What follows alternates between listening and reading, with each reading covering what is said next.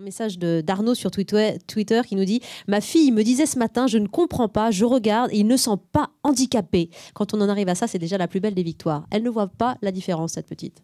Oui, c'est vrai que j'ai lu ce tweet aussi ce matin en direct avec beaucoup d'émotion parce que je pense que c'est un peu la démarche de trouver des adaptations et puis se dépasser. C'est le message aussi des Jeux paralympiques, de trouver une façon de vivre le sport aussi avec beaucoup de plaisir, de partage, d'émotion, tout à fait comme tout le monde. On peut vous suivre en vidéo sur europe1.fr. Nous sommes en direct avec des lycéens du Paris 15e, le lycée Beaugrenelle. Quand on vous voit comme ça, Stéphane, bon, vous êtes venu, vous êtes assis, vous marchez, on a l'impression que tout va bien. Quel handicap avez-vous ? Je fais disparaître le mot régulièrement et la première chose que je fais le matin, c'est d'enfiler ma prothèse comme si j'enfilais une chaussure. Prothèse de la jambe gauche. Prothèse de la jambe gauche, je suis amputé au-dessus du genou et je trouve dans ce mot adaptation finalement une continuité parfaite au bout de membres qui me manquent. Et puis voilà, après c'est un quotidien comme tout le monde.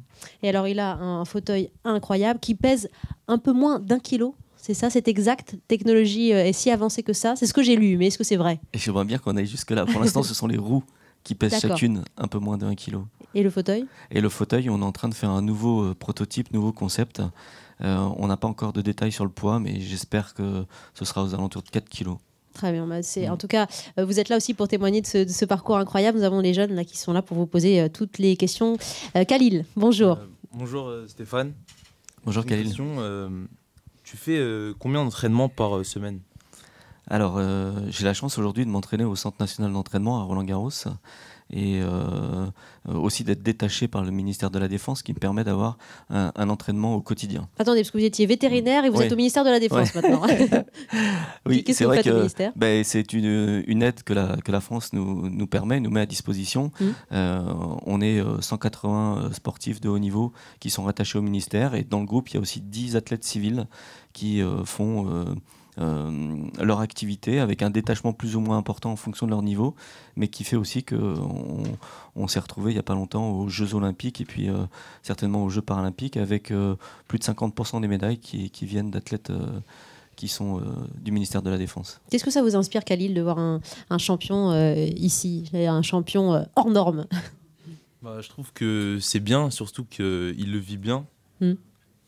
Moi, quand je vois des personnes avec une mobilité réduite, avec un handicap, je trouve que c'est plus dur de le vivre. Mais quand on vous pose la question, vous dites que vous le vivez bien, je trouve ça... Mais je pense en même temps, Khalil, que c'est normal. Au début, le jour où j'ai eu mon accident, même si j'ai tout de suite fait une boutade en disant aux copains qui étaient avec moi que le match de squash qu'on avait prévu le lendemain serait plus équilibré parce que je ne jouerais que sur une jambe, il faut quand même un peu de temps pour s'en remettre. Et une fois qu'on a parcouru ce chemin qu'on appelle la résilience, qui est l'aptitude à rebondir, finalement, c'est peut-être plus dur pour l'entourage, pour les autres, pour un regard autre. Celui qui est... dedans, le vit très bien. Et j'ai une petite anecdote à ce sujet, puisque j'ai mon accident au moment où je suis vétérinaire, où je vais m'associer avec un véto et un ami qui a beaucoup de mal aussi avec mon discours très positif sur le fait que ma vie a changé, mais que ce que je fais aujourd'hui, je ne le regrette pas. Et au contraire, j'ai eu des expériences incroyables.